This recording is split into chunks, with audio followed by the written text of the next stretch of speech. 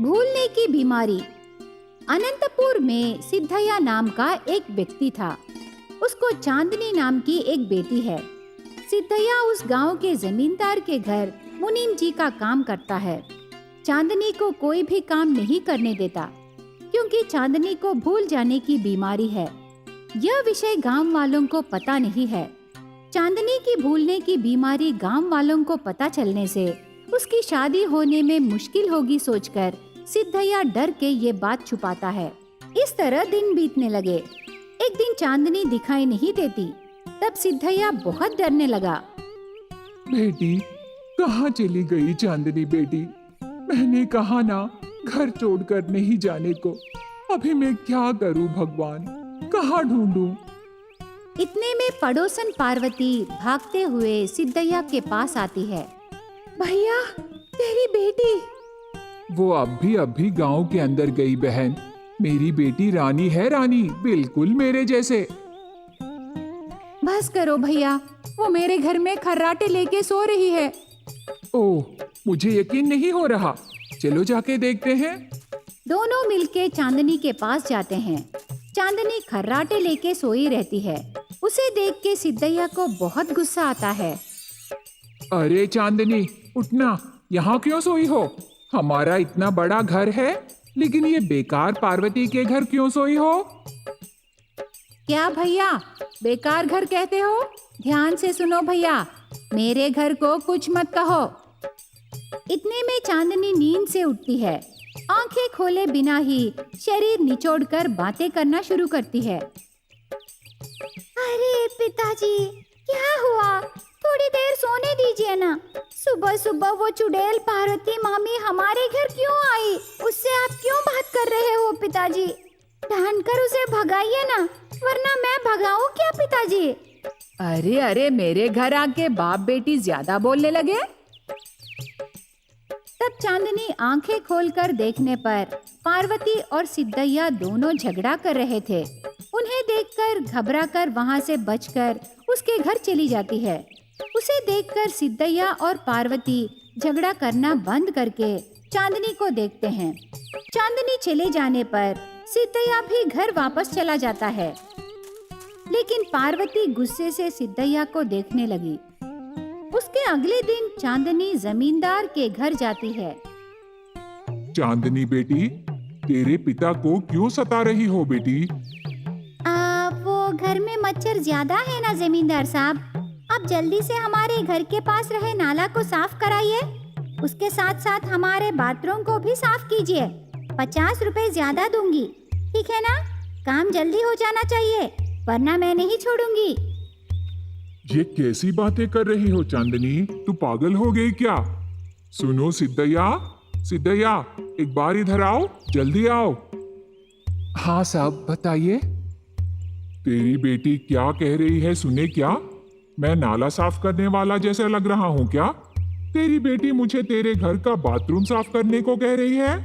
अरे अरे, माफ कीजिए साहब, गलती हो गई। ऐसे सिद्धय्या जमींदार के पैरों पर पड़ के माफी मांगता है। चांदनी की भूलने की बीमारी के बारे में बताता है। तब जमींदार नेक दिल से उन्हें माफ करके छोड़ देता है।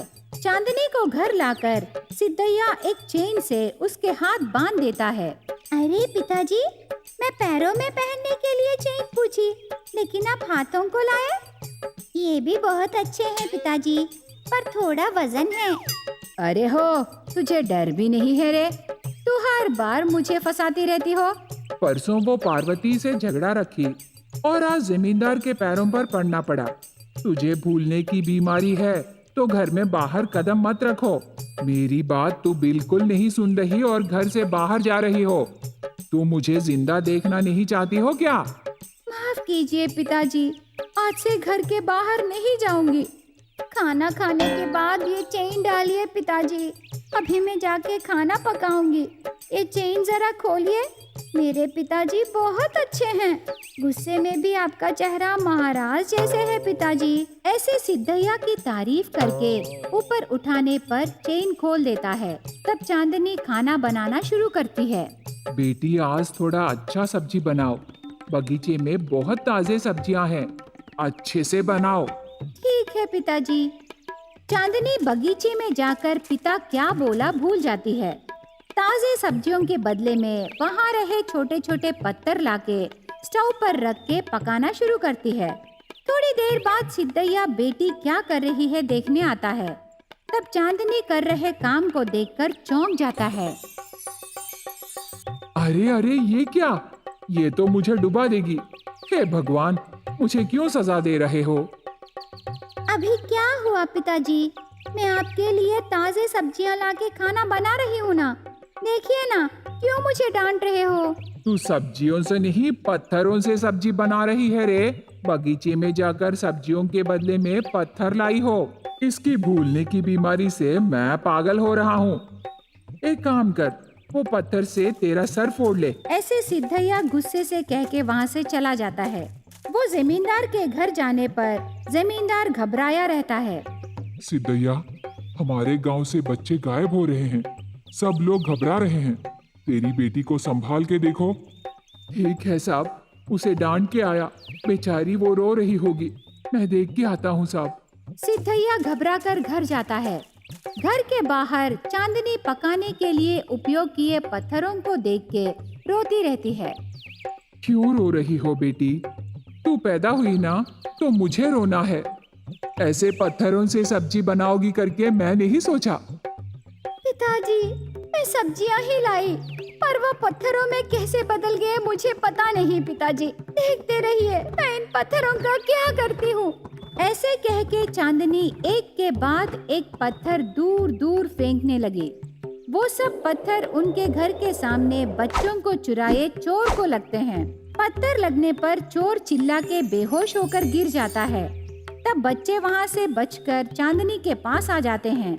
ये बात जमींदार को और गांव वालों को पता चलता है। चांदनी के वजह से बच्चे चुराए चोर पकड़ा जाने पर सब लोग उसकी तारीफ करते हैं। जमींदार चांदनी को नगद इनाम भी घोषणा करते हैं। देखिए ना पिताजी, मेरी भूलने की बीमारी से आप बहुत परेशान थे, लेकिन अभी वही भूलने की बीमारी आज बच्चों को बचाई। सब कुछ हमारी भलाई के लिए ही होगा पिताजी, यही सच है। सिद्धैया चांदनी को देखकर बहुत गर्व होता है। श्रीरंगापुरम में वेंकट नाम का एक व्यक्ति रहता है। वो बहुत कंजूस है। गांव में उसके अपने कोई भी नहीं है। वो अकेला जीने लगा। वो उसी गांव में छोटे मोटे काम करके जीता है। हर रोज शाम को उस गांव में रहे पढ़ी लिखी लड़की चांदनी के घर जाता है। वो चांदनी के पास मैथ सीखता है। उस समय चांदनी घर में रहे आइटम्स उसे देती है। तब वो जल्दी से वो आइटम्स खा लेता है। एक दिन उस गांव में रहे शंकर ने, अरे वेंकट, कल मैं तुझे 100 रुपए देकर सब्जियों के साथ चीनी भी लाने को बोला ना, पर तू चीनी क्यों नहीं लाया?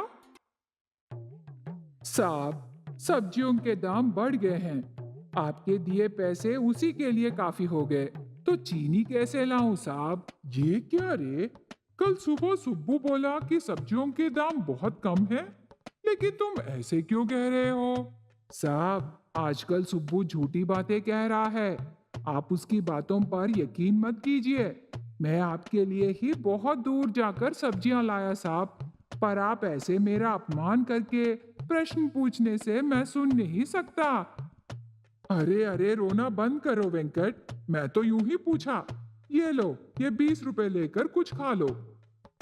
आप बहुत अच्छे दिल वाले हो साहब। आपके जैसे लोग रहने से पेट के साथ साथ जेब भी भर जाएंगे। साहब, आप धर्म प्रभु हो। अब तुम घर जाओ। वेंकट शंकर के दिए 20 रुपए लेकर दुकान को जाता है। वहाँ 5 रुपए के आइटम्स खरीद के घर जाता है। उसमें भी थोड़ा ही खा के थोड़ा रख लेता है। शाम होने के बाद चांदनी के घर निकलता है। चांदनी वेंकट आने के बाद गुस्सा होती है। ये क्या वेंकट, क्यों ऐसे कपड़े पहने? जरा अच्छे कपड़े पहन सकते हो ना। अरे मेम साहब, ये बहुत अच्छे कपड़े हैं। पिछले हफ्ते मैं इन्हें धो के आयरन कराया और एक हफ्ता तक ये चमकते रहेंगे मेम साहब। कैसा है मेरा प्लान? गधे का अंडा जैसा है। ठीक है, कुछ खाए क्या? आज मुझे बहुत अच्छा खाना मिला। मैं घर जाकर खाऊंगा। तो मैं भी आऊंगी, चलो। अरे अरे, आप क्यों मेम साहब? मैं तेरा खाना नहीं खाऊंगी। तुम्हें डरने की जरूरत नहीं है। तेरे घर के पास मुझे छोटा सा काम है। मेहंदी के लिए जा रही हूँ। ओहो, तो चलिए। चांदनी के साथ जा रहे वेंकट को देखकर सब लोग हंसने लगे। उनकी हंसी पर ध्यान दिए बिना वेंकट आराम से आगे जाने लगा। इतने में वेंकट का घर आता है। वो रही मेम साहब, वो है मेहंदी का पेड़। आप जाके तोड़िए, मैं खाना खा के आता हूँ। ठीक है, खूब खाओ। भैंस की तरह खाना तुझे बहुत पसंद है ना? मेम साहब, आप मेरी तारीफ मत कीजिए। ओहो, शपथ भी तारीफ की तरह लगने लगी। तू नहीं सुधरेगा। जाके अपना काम कर ले। ऐसे कह के चांदनी मेहंदी तोड़ने जाती है। थोड़ी देर बाद थैली भर मेहंदी तोड़ के चांदनी वेंकट के घर आती है। तब तक वेंकट प्लेट में खाना रख के खाता रहता है, पर उसमें सब्जी बिल्कुल नहीं रहती। तब चांदनी आश्चर्य हो जाती है। अरे वेंकट, ये क्या रे? सब्जी के बिना सिर्फ चावल ही खा रहे हो? ऐसी बात नहीं है मेम साहब, मैं चिकन करी खा रहा हूँ ना। चिकन मुझे बहुत पसंद है। उसमें चिकन किधर है वेंकट? उधर देखिए मेम साहब। ऐसे कह के लटका के रही मुर्गी को दिखाता है। ये क्या है वेंकट? चिकन करी खाने के लिए नसीब रहना है मेम साहब। मुर्गी बहुत कॉस्टली है ना। उस मुर्गी को देख के खाना खाने से बहुत अच्छा रहेगा। इतनी सी बात के लिए उतने पैसे खर्चा क्यों करना? आप भी आके खाइए ना। तब चांदनी का माइंड ब्लॉक हो जाती है। उस मुर्गी को और वेंकट को ऊपर से नीचे तक देखकर वहां से घर वापस चली जाती है। पर वेंकट चांदनी पर ध्यान नहीं देता और उसका खाना खाने लगा। उसके अगले दिन चांदनी एक रास्ते से जाते समय थोड़ी दूर पर वेंकट सब्जियों की थैली लेके जाने लगता है। वेंकट सब्जियां कहाँ ले जा रहा है करके चांदनी वेंकट के पीछे जाने लगी। वेंकट सब्जियों की थैली लेके उसके घर जाता है। घर के अंदर जाकर इधर उधर देखता है। आज तो बहुत अच्छा दिन है, सब्जियां घर आए। इनमें से थोड़े सब्जियां मैं ले लूंगा। उस शंकर के घर बाकी सब्जियां ले जाऊंगा। इसमें आधे दूसरे को बेच के पैसे कमाऊंगा। मेरा आइडिया तो बहुत अच्छा है। उसके साथ साथ शंकर से और पैसे लेना है। ऐसे सोचकर उसके लाए सब्जियों में से थोड़ा निकाल के बाकी थैली में डाल के शंकर के घर जाने लगा। ये सब चांदनी चुपके से देखने लगी। वेंकट के धोखे को देखकर चांदनी को बहुत गुस्सा आता है। वेंकट गाना गाते हुए खुशी खुशी शंकर के घर पहुंचता है। शंकर साहब, ये लीजिए आपकी सारी सब्जियां। ये क्या वेंकट, ये तो बहुत कम है।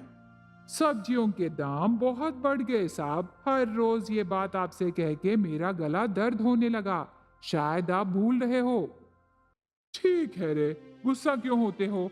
ये लो, ये 20 रुपए लेके कुछ खा लो।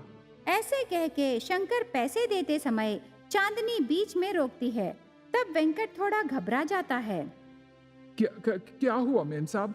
शंकर साहब पैसे देने से आप क्यों रोक रहे हो? आप पागल हो गए क्या?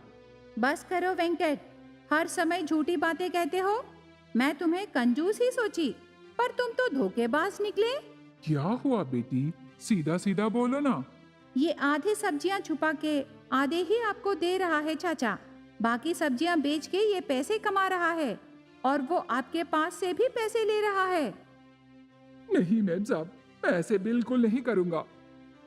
और एक बार झूठ बोलने से तेरे दांत तोड़ दूंगी। सच मान लो।